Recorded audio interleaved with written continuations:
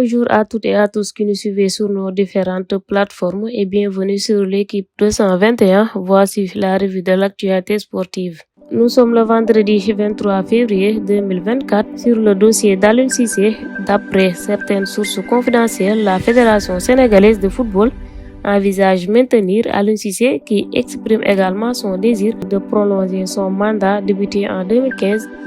Depuis l'élimination du Sénégal en huitième de finale de la Coupe d'Afrique des Nations, l'avenir du sélectionneur national est sujet à débat alors que certains prônent le maintien pour garantir la stabilité avant les prochaines qualifications pour la Coupe du Monde 2026 en juin prochain lors des 3e et 4e journées. D'autres estiment que le technicien a atteint ses limites. Tournoi U19, l'aventure des jeunes générations foot U19 prend fin en quart de finale du tournoi international U19 malgré une brillante victoire de 3-0 contre Braga et un match nul.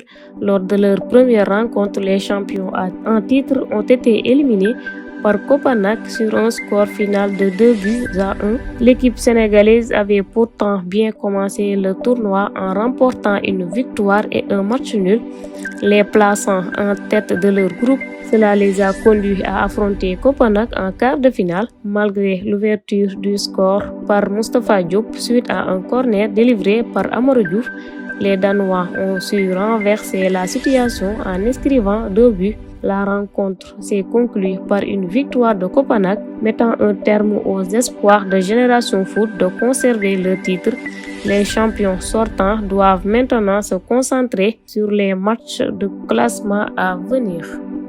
Afro-Basket 2025, l'équipe nationale basket du Nigeria a annoncé officiellement son retrait des qualifications pour l'Afro-Basket en raison d'un manque de financement. La nouvelle a été partagée via une publication sur leur compte Twitter. Les qualifications pour l'Afro-Basket devaient commencer ce vendredi 23 février 2024 en Tunisie.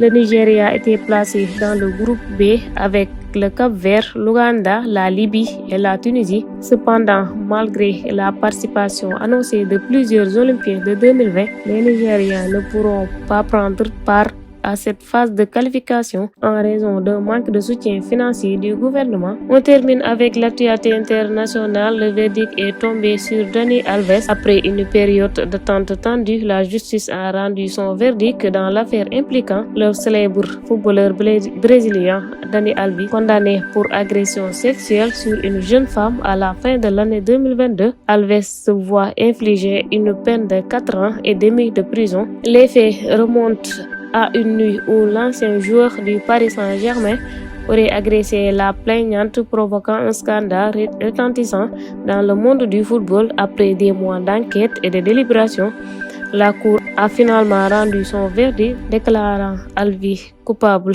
des accusations portées contre lui.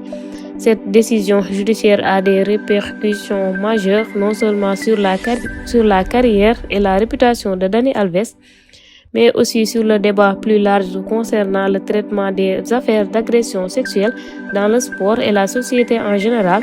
C'était tout pour aujourd'hui. Nous vous remercions de nous avoir suivis et nous vous donnons rendez-vous demain pour d'autres informations. D'ici là, restez connectés à l'équipe 221 pour plus d'informations.